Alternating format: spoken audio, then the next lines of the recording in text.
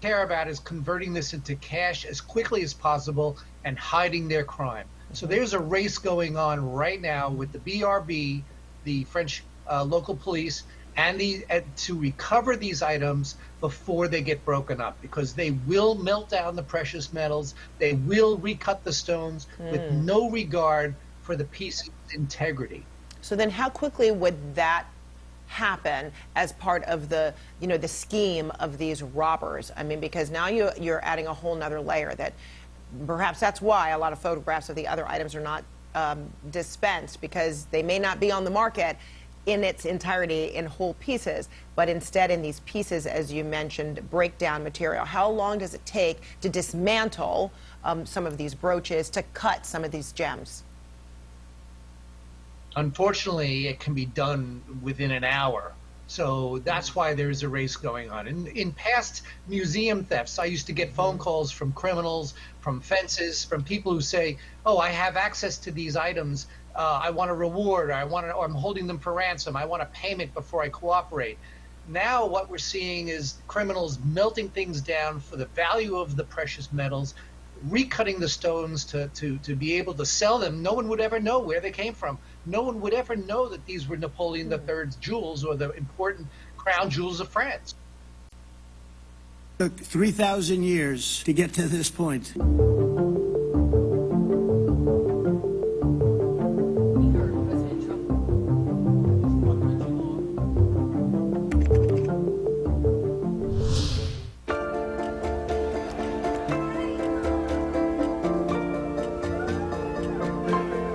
For the first time in 2 years, there are no living hostages in the hands of Hamas. This ceasefire that has been brokered is holding for now, and today we've seen the release of 20 Israeli hostages who are still alive and being held in Gaza.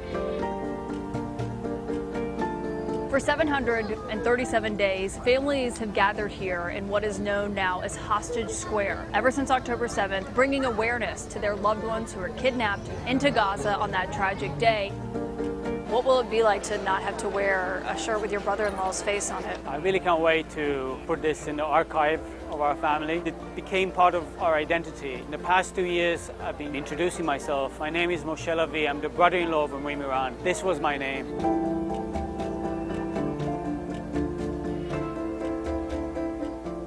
After years of suffering and bloodshed, the war in Gaza is over.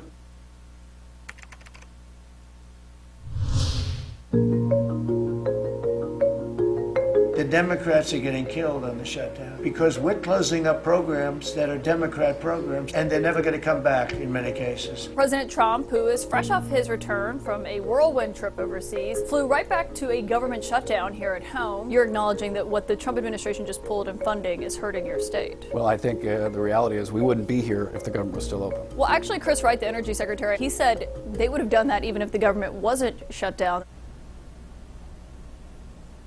Well, it's unfortunate we're still shut down.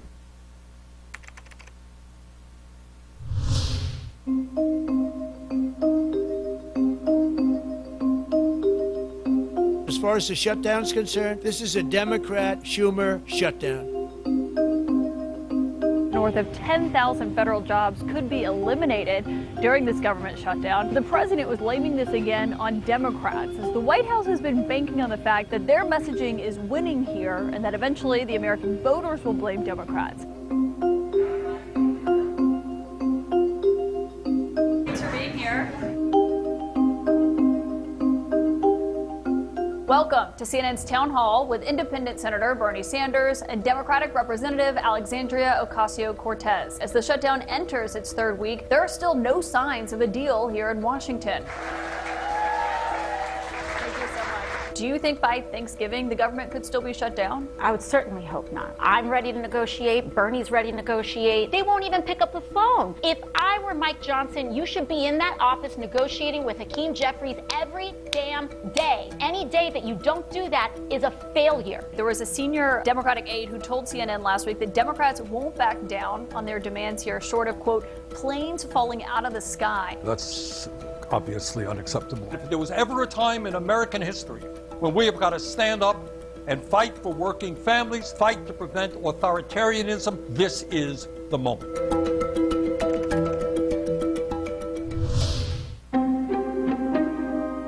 President John Bolton was just indicted by a grand jury in Maryland. Do you have a reaction to that? I didn't know that. You tell me for the first time, but I just think he's a bad person. In his first reaction to his indictment, John Bolton says he is the victim of the very thing that President Trump has spent years complaining about, the weaponization of the Justice Department. Except this time, John Bolton says it's his former boss's Justice Department that is doing precisely that to him. When your father retook office, he said he wanted to be the first crypto president. How do you draw the line between what he does as president and what your family does as business? I think you know me well enough to know that I stay the hell out of Washington, D.C., and I always have. My father's winning the race, and he's winning it for America, and I'm incredibly proud of that because this just is the future of banking. It's the future of finance.